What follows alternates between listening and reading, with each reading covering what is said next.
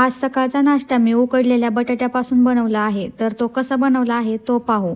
तर त्यासाठी इथे मी 2 बटाटे उकडून घेतलेले आहेत. त्यानंतर त्याला मी किसणीने किसून घेतलेला आहे. त्याचबरोबर हळद, लाल मिरची, भिजवलेले पोहे, बेसन पीठ, कॉर्नफ्लॉवर, एक मोठा कांदा चिरून घेतलेला आहे.